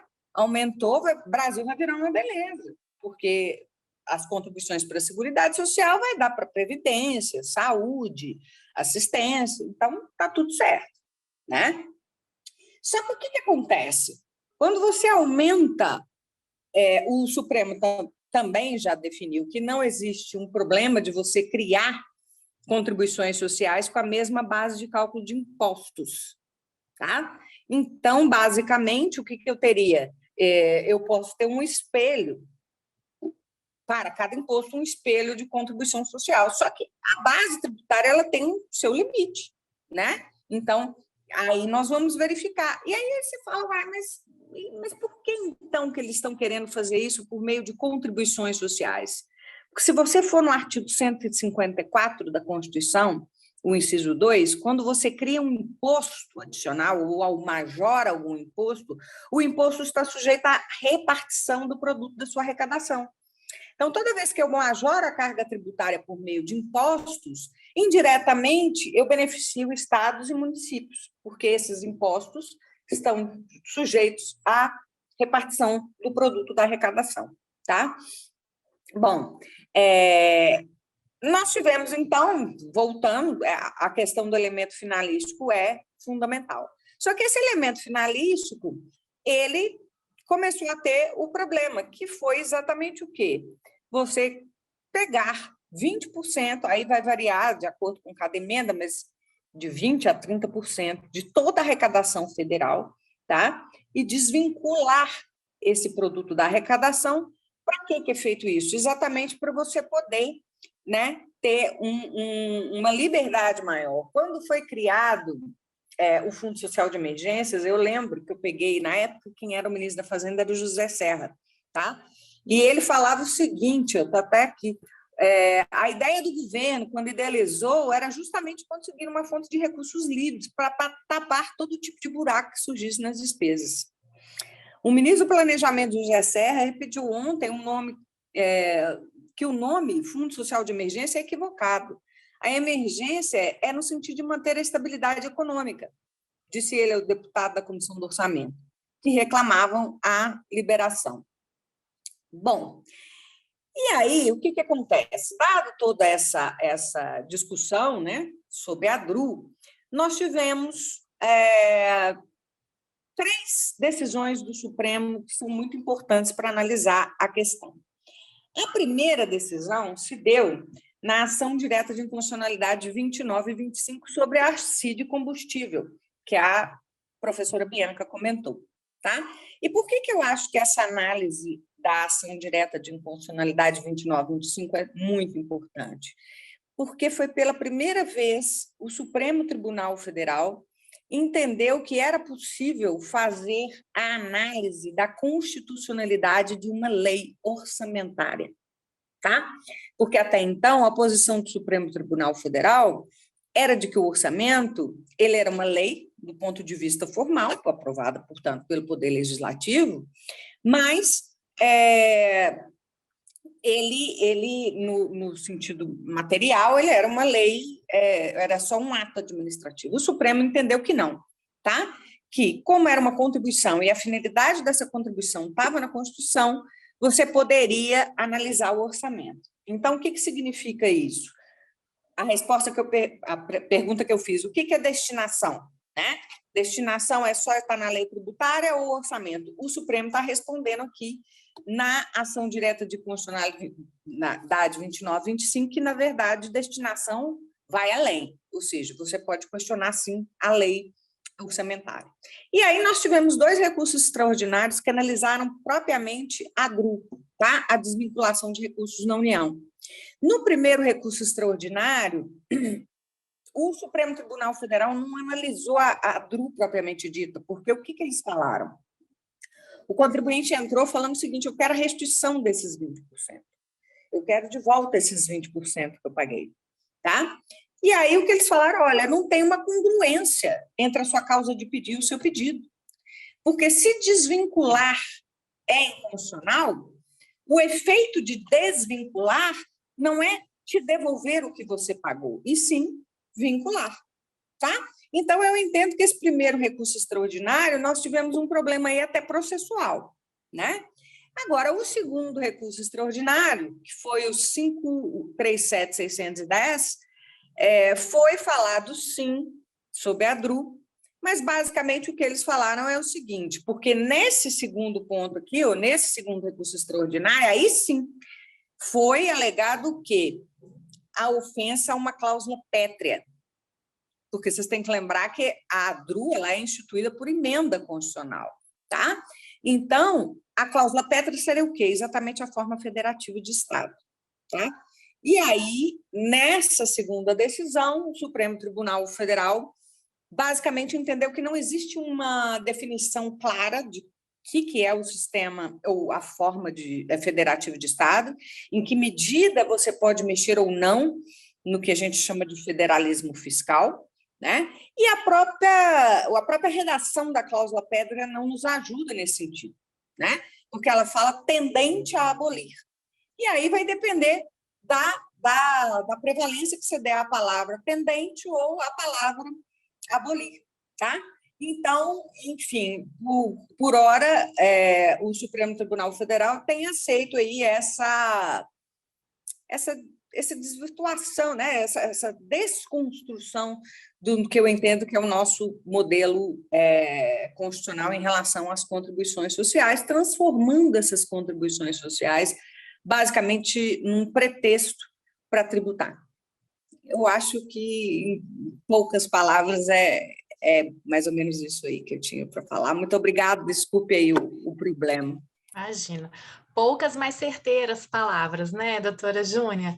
Muito obrigada pela participação, mais uma vez, pela oportunidade dessa excelente aula, da gente poder também se incomodar com o trajeto do sistema tributário, né? Como que ele, de alguma forma, vai se refazendo em cima de caudas, em cima de contornos e desvirtuando, talvez, né, a própria ideia das espécies tributárias. Daqui a pouco o pessoal já tem alguns comentários aqui sobre a DRU, eu anotei, e aí a gente volta a fazer a leitura desses comentários. Mas, por hora, agradecer também, mais uma vez, demais pela oportunidade de estar conosco hoje. E aqui a gente vai falando enquanto a gente escuta, a gente vai comentando um pouquinho nos chats aqui, que encontro maravilhoso, que palestras maravilhosas, que bom poder estar aqui, tudo é uma festa, e não perde nada, né, Micaela, para esses grandes eventos, grandes congressos. Eu acho que a gente está nesse nível aqui, porque as falas estão interessantíssimas.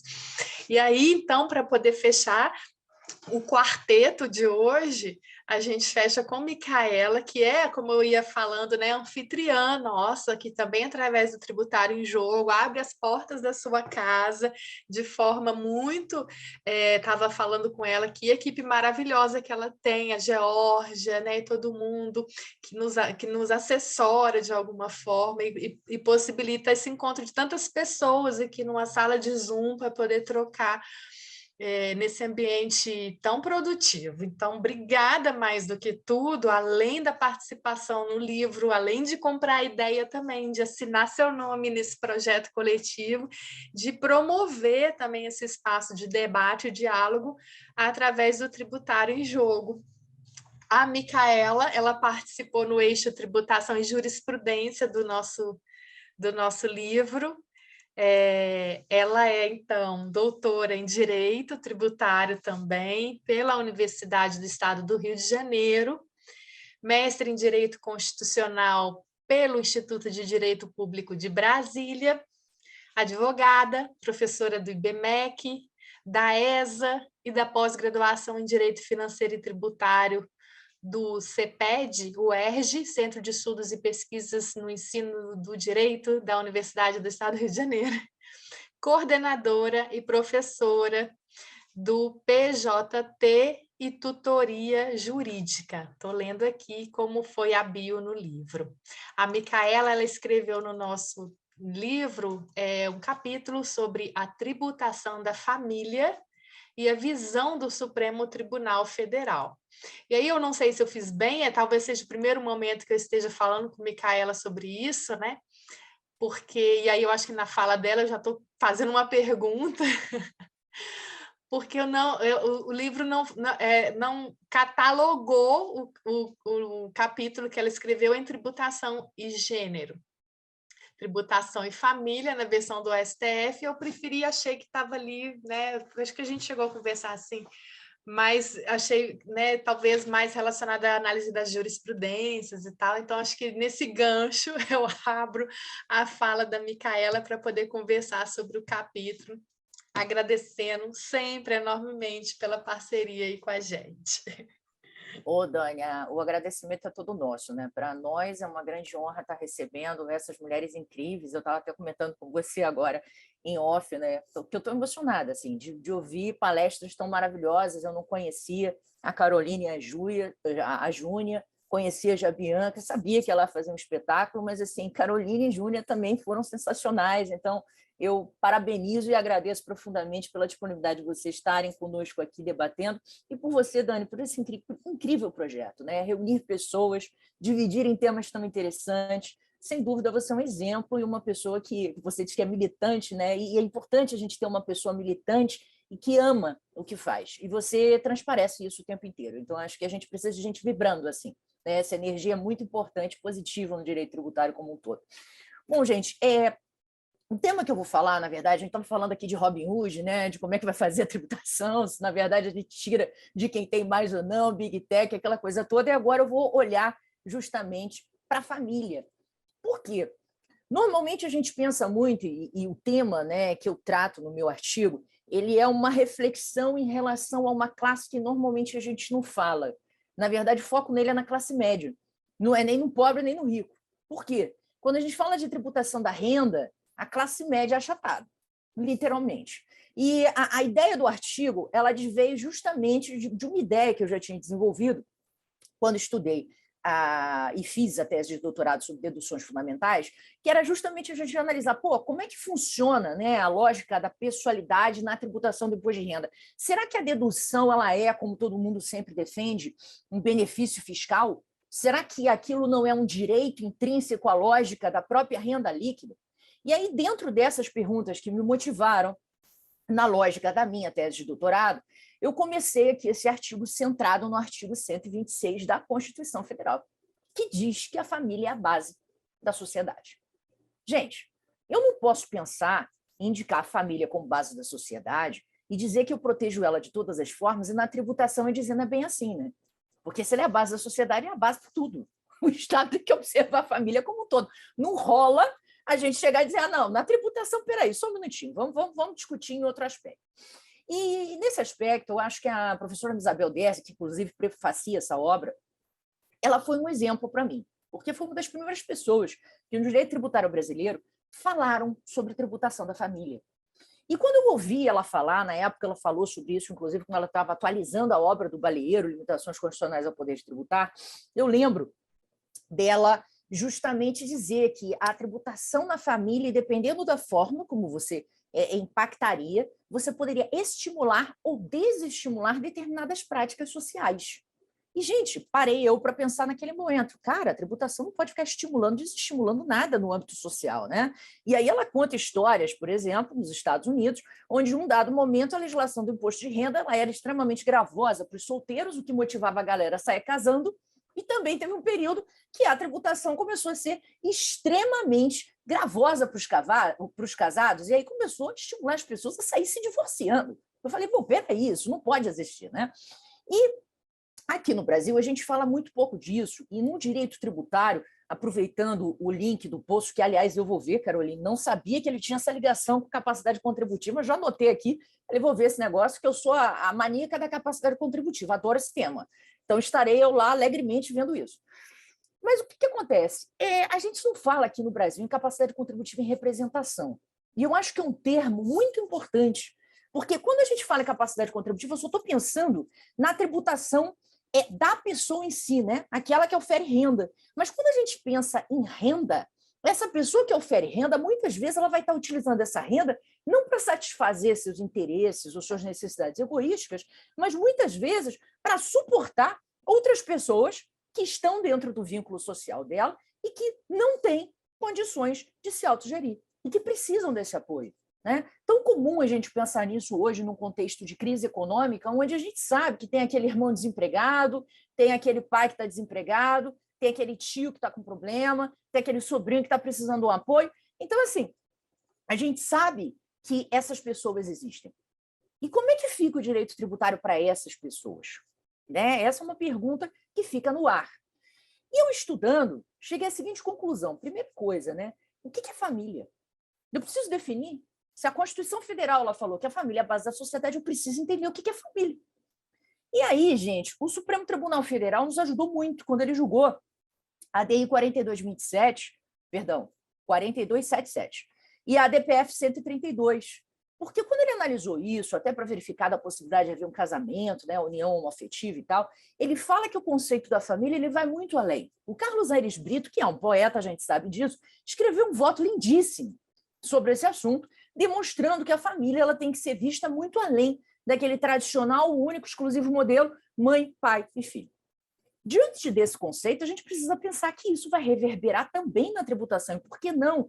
Então, será que faz sentido eu defender hoje o conceito que a legislação do imposto de renda traz com relação à família ser tão limitado, que diz assim, olha, você pode deduzir como dependente o teu filho, o teu enteado, se ele tem até 21 ou 24 anos, se ele faz ensino superior e se ele não é incapaz. O incapaz ele tem que estar sobre a sua curatela. O menor pobre, se você tiver a guarda judicial dele. Os teus pais, se eles recebem dentro do limite lá da isenção. Então, veja, se o teu pai não recebe da isenção, mas ele não tem grana para comprar remédio, você vai deixar de comprar remédio para o seu pai? É claro que não. Você vai comprar um remédio para o seu pai. Se ele não tem grana para poder pagar a consulta médica, você vai deixar de pagar a consulta médica para o seu pai? Claro que não, você vai fazer. Né? Se você tem condições. E é até bom que você faça, porque se você não fizer, você vai estar sobrecarregando o INSS, que mal consegue dar atendimento àquelas pessoas que efetivamente precisam. Então, a gente tem que entender que a saúde pública é o ideal a ser atingido, mas a gente sabe que a gente não consegue atingir 250 milhões de pessoas. Então, graças a Deus, existem pessoas que vão conseguir se bancar e sair da saúde pública para que essa possa atender aqueles que realmente não têm condições de se bancar. Né? Então, diante desse contexto, a gente começa a ver que a legislação do imposto de renda ela se descola demais da lógica da capacidade contributiva. Ela se descola demais da lógica daquilo que eu defendi, que seriam deduções fundamentais, que seriam aquelas despesas essenciais realizadas pela pessoa voluntariamente ou obrigatoriamente para a sua própria subsistência e de sua família, e de modo a que elas possam gerar renda. Esse é o conceito que eu trago, dizendo que as deduções elas não estão apenas vinculadas a uma definição legal. Elas advêm da lógica constitucional combinada com a capacidade contributiva e o conceito de renda líquida. E, a partir desse conceito, eu começo a analisar um pouquinho como é que a jurisprudência do Supremo Tribunal Federal tem se inserido nessa lógica da tributação da renda e do conceito de dependente. E aí, gente, eu tenho a dizer para vocês que, com relação à capacidade contributiva em representação, a jurisprudência do STF não fala nada. Eu até lamento profundamente sobre isso, porque eu acho que eles tinham que falar. E eu estava esperando loucamente que eles falassem sobre isso, pelo menos no caso de pensão alimentícia, mas não falaram. E aí eu trago para vocês 2 casos que eu acho legal a gente abordar, porque não adianta só a gente malhar, né? Temos que trazer aí bons exemplos. Por mais que eles sejam meio enviesados, eles são bons exemplos. Então, vamos lá. O primeiro caso é da DI 5583, onde a gente teve uma discussão aí com relação a dependente de imposto de renda deficiente físico. Gente, eu acho essa DI sensacional. Por quê? Porque foi o primeiro caso de aplicação de sentença manipulativa com efeito aditivo no direito tributário. O Supremo decidiu ser legislador positivo para suprimir uma omissão constitucional. E isso foi muito importante, porque a gente falava o tempo todo, eu ouvi em muitos cenários, né? O Supremo ele muitas vezes atua como legislador positivo. A gente viu isso acontecer na greve do servidor público, na questão da aposentadoria especial do servidor público, na questão do crime de racismo em relação a homossexuais, mas a gente não via acontecer em matéria tributária. Finalmente aconteceu. Né? E por que isso foi importante? Porque naquela discussão, e ali faltou o Supremo abordar a capacidade contributiva em representação, se ele tivesse feito isso, seria muito mais rico o voto dele. Mas o que ele analisou? Ele falou, cara, o deficiente físico é uma criatura que a gente sabe que tem dificuldade de se automanter. Nem sempre ele vai conseguir ter lugar no mercado de trabalho, e muito menos. Muitas vezes ele tem lugar no mercado de trabalho, mas ele não consegue receber para suprir todas as suas necessidades. E por isso eu vou deixar o camarada trabalhar? Não, porque trabalhar é algo importante. Ele precisa, faz parte da dignidade da pessoa dele se sentir uma pessoa útil no mercado, produzindo. Agora, ao mesmo tempo, se eu tiro a possibilidade dele ser dependente, o que vai acontecer com o responsável dele? Ele vai parar de pagar? Não. Então, como uma visão de proteção e de incentivo a esse deficiente, ele disse, bom, A legislação fala que você só pode considerar como dependente o deficiente até 24 anos porque ele tem capacidade para trabalhar. Se ele não tem capacidade, aí tudo bem, a vida toda. Agora, se ele tem até 24. Então, esquece essa redação. A partir de agora, se a pessoa é deficiente e tem capacidade para trabalhar, se ela ganha até os limites previstos na legislação de dedução, ela pode ser, sim, declarada como dependente. Então, não importa se ela tem 24, 30, 40 anos. Com isso, na verdade, o Supremo está protegendo o dependente, não tem a menor dúvida. O deficiente físico não tem a menor dúvida. Está permitindo que ele atue no mercado de trabalho, se sinta uma pessoa produtiva, não tem a menor dúvida. Mas ele também está, e principalmente, protegendo quem? O responsável desse deficiente. Porque esse cara continua gastando dinheiro. É esse cara que está suportando esse deficiente para ele poder estar trabalhando no mercado e suportando, muitas vezes, a renda que ele não consegue receber com salário. Porque a gente sabe que essa é a realidade. E nós precisamos que essas pessoas continuem, que elas entrem no mercado, que elas tragam diversidade, que elas tragam a visão delas. Então, veja que importante essa decisão do Supremo Tribunal Federal. Foi uma decisão inclusiva e foi uma decisão que estendeu um conceito de dependência, né? Justamente para fins de atingimento de algo que trouxesse dignidade a esse dependente, que é esse deficiente físico. Mas também houve um benefício indireto ao representante desse deficiente.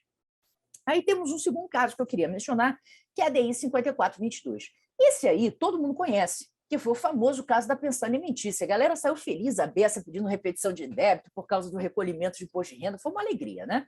Depois que saiu a decisão do Supremo.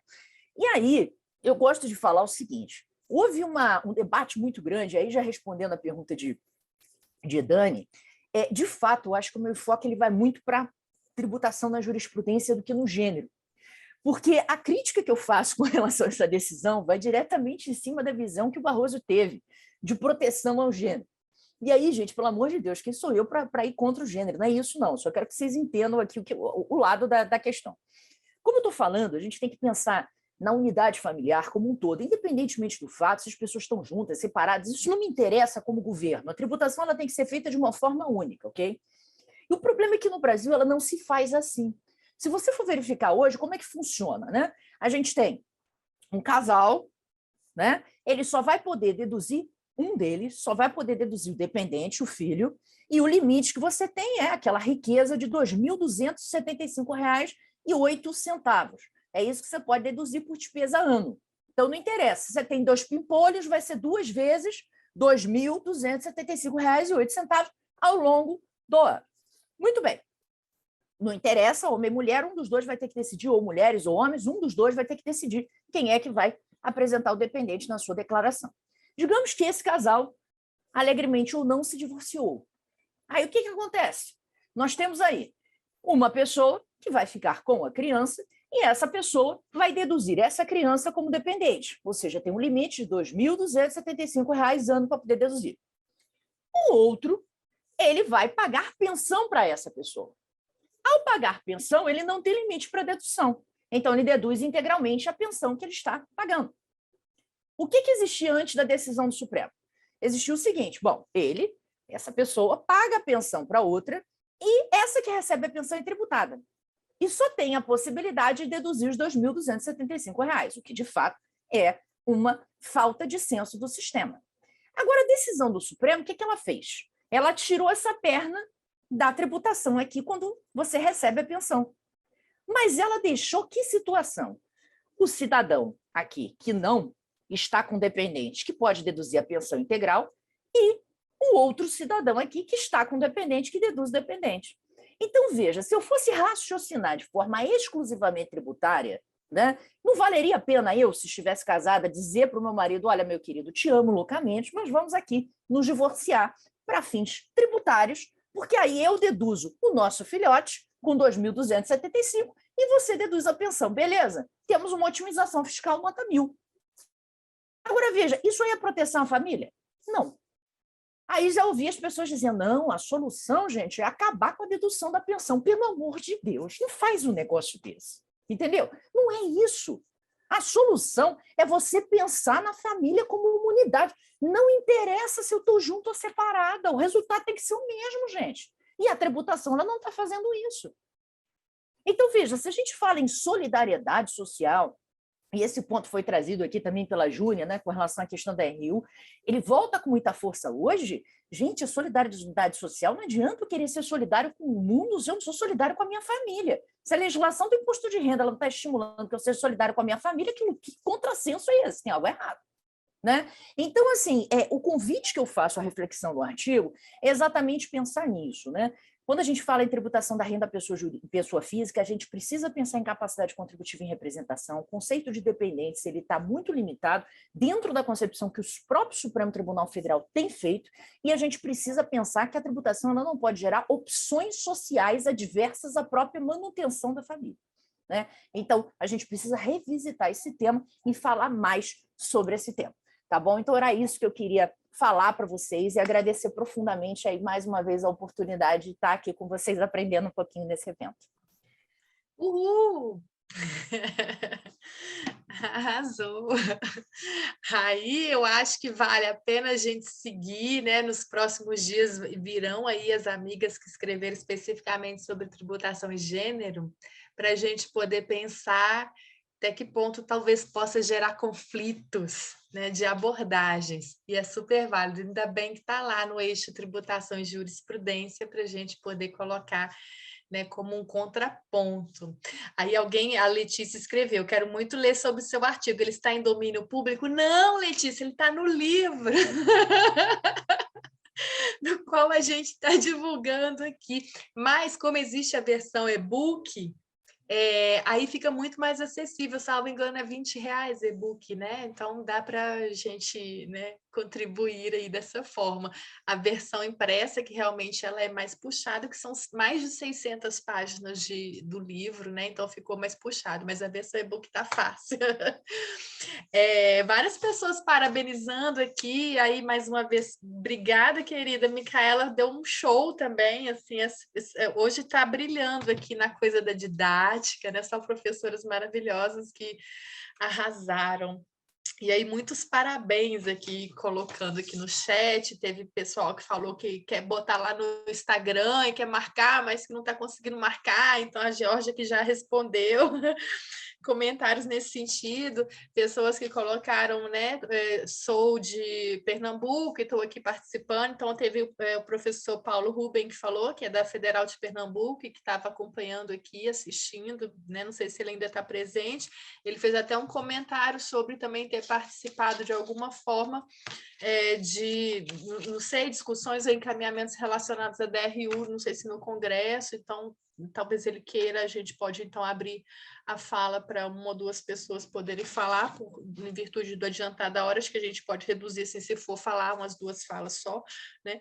Mas teve uma pergunta, de alguma forma todas as falas tiveram comentários e eu achei muito bacana isso, né? Esse retorno aqui no chat. Uma pergunta específica sobre um comentário sobre Cidade de Açúcar, o José Guilherme Costa defendendo, por favor, pela proteção dos refrigerantes.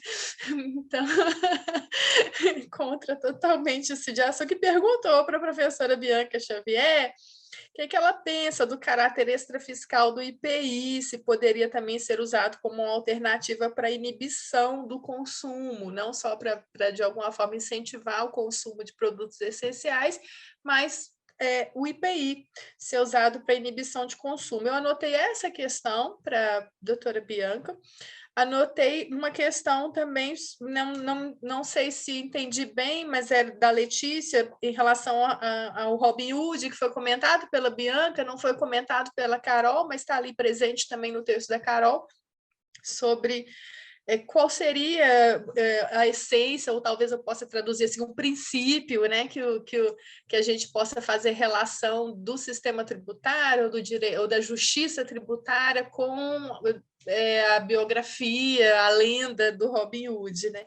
Alguma coisa, né, possa ser falado nesse sentido da exploração de princípios, e aí a capacidade contributiva que foi tão falada, também em relação ao Poço, que eu assisti, aquele filme que dá um mal-estar, mas que tem sim uma relação direta, então talvez a Carol possa falar um pouco sobre isso. Eu acho que eu vou deixar, Micaela, se você me permite, essa coisa do microfone aberto para cada uma poder, né, o que quiser falar ou comentar o que a outra falou, já que cada um defendeu o seu texto, então essa troca é aberta em relação às 4. Essas perguntas eu anotei, e, né, mais comentários do que perguntas, mas aí eu volto a palavra desde o início, Carol, Bianca, Júnia e Micaela, para poder fazer o fechamento e comentar a partir da fala de cada uma aí o que quiserem, ficar à vontade, né? Então, Carol.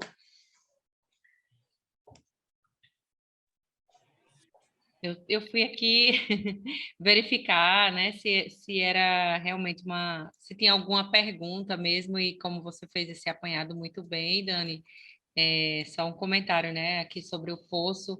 De fato, até para esclarecer, o Poço é um filme bem sórdido mesmo, é um filme, né, bem desconfortável. Eu até falo assim, ó, só recomendo quando você estiver bem, assim, quando a pessoa, né, se a pessoa estiver em algum momento né, um pouco triste, ele é um pouco pesado, mas ele traz uma reflexão super necessária sobre capacidade contributiva, assim, porque eu acho que a gente trabalha tanto com aquilo, vê tanto sobre diversas perspectivas, filho. E meu filho está aqui. E que a gente acaba vendo o direito tributário em tudo, né?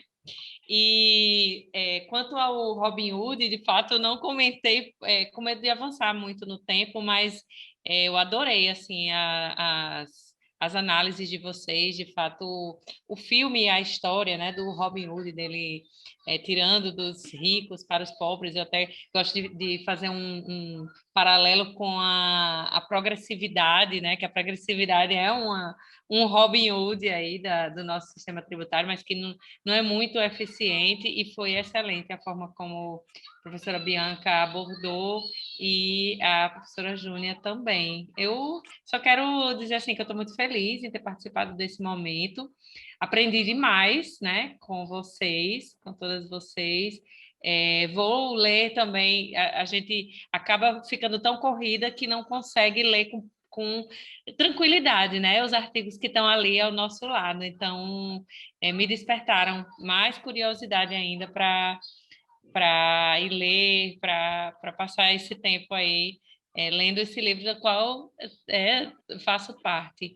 Dani, parabéns demais por essa organização, por essa coordenação. Micaela e Geórgia, né? Parabéns pelo Tributário em Jogo. Eu acompanho. Também fico impressionada com a organização de vocês. Vocês são maravilhosas. Espera aí. Ô, mamãe, que bom. Mulheres já está no horário, né, de dormir. Eu já vi ali na assim. Bianca, passou as crianças da Bianca atrás, aí Carol também, é isso aí. Vida real de online. Então é isso, obrigada a todo mundo que está aqui compartilhando com a gente. Vou passar a palavra para vocês.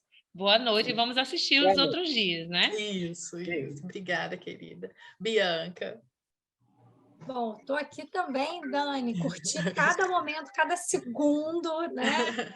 E foi isso, né? A gente não combinou, a gente começou com essa palestra da Caroline falando sobre essa questão do Robin Hood. Eu falo do Robin Hood, tá, gente? No artigo está escrito Robin Hood, a gente não combinou, né? E depois a Júnia falando da importância da destinação, que eu disse que, né, até no meu caso, na CIT, que a gente analisou, tem a previsão, mas o que adianta? Essa previsão ela não pode ser, né, desvinculada da intervenção, então acho que ficou, né, e a gente acabar com a Micaela falando sobre família, sobre visão do Supremo, porque tudo que a gente discute, muitas das vezes vai cair no Supremo, e olha, nessa visão também como o Supremo é uma pessoa importante, né? Tem um papel importante, né?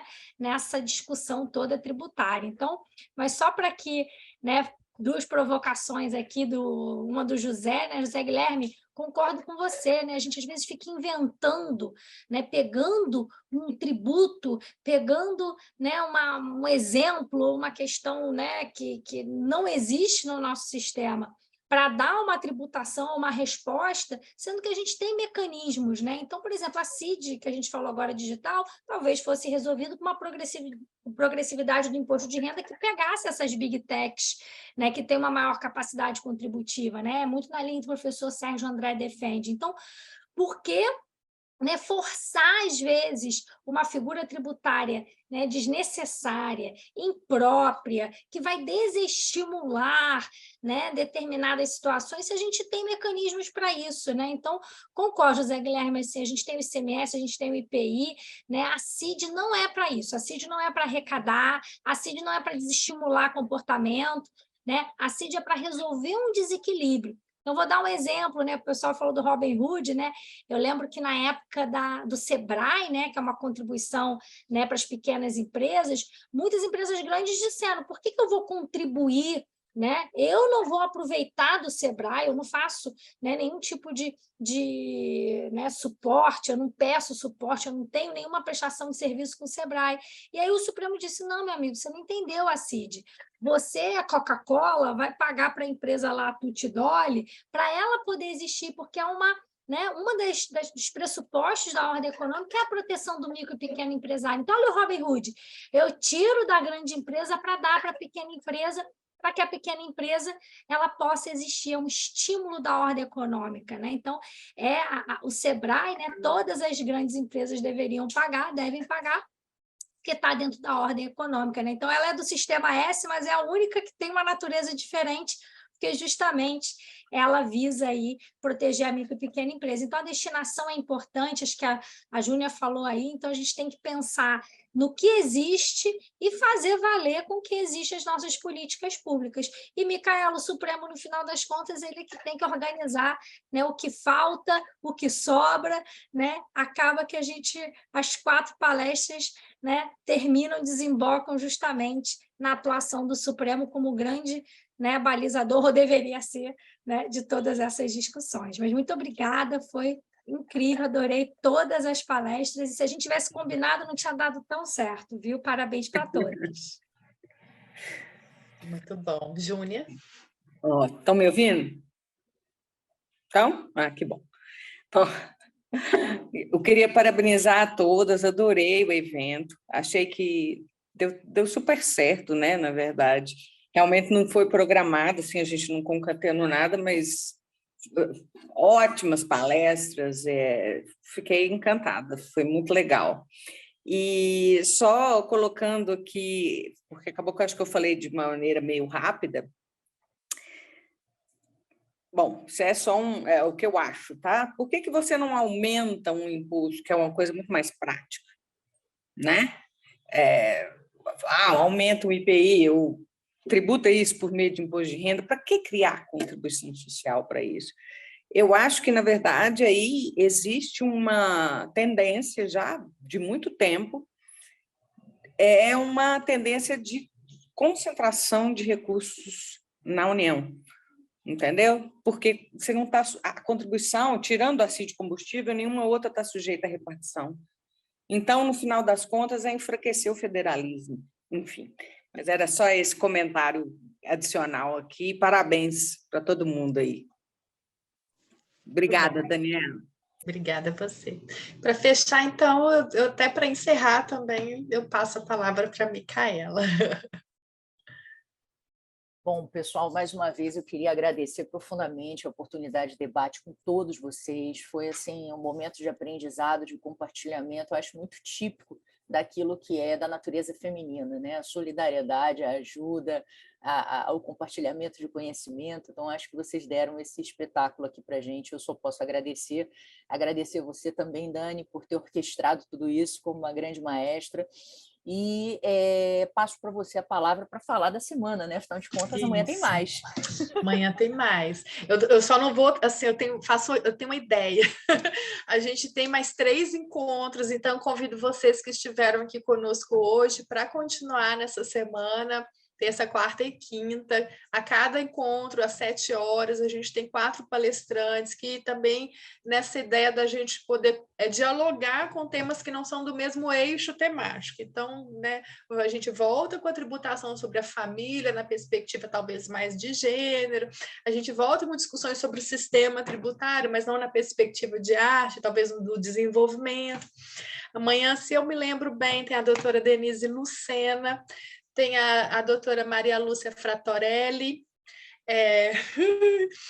tem mais 2 palestrantes que, se Micaela me salvar, eu vou lembrar de quem está aí conosco amanhã, mas somos, né, 16 palestrantes nessa semana, então convido para poder voltar e a gente poder seguir esses debates, que não são só sobre tributação relacionada à mulher, mas como vocês puderam perceber, né, senhoras aulas que a gente teve a honra de poder assistir e acompanhar aqui hoje, que a gente segue acompanhando nos próximos encontros. Então, agradeço as 4 palestrantes que estiveram aqui conosco, que seguem com a gente. Tá aí, mais uma vez, reforço que estamos fazendo esse seminário de promoção de um livro que a gente lançou e que está aí disponível no e-book para quem quiser continuar as leituras sobre os temas que foram aqui falados. A ideia ser muito bem nesse sentido, porque a gente fica com esse gostinho de querer ler o que Carol, Júnia, Bianca e Micaela escreveram e lá consultar as fontes, né? Então, queridas, muito obrigada por disporem do tempo mais uma vez aqui conosco. Uma boa noite a todos. Uma boa noite. Obrigada, Micaela, pelo espaço mais uma vez. E até amanhã. Tchau, gente. Boa noite a todos e todas. Até a próxima. Boa noite. A Georgia colocou aqui a Nina Pencac e a Rafaela Monteiro amanhã também conosco. Então é isso. Até amanhã. Tchau, pessoal. Obrigada.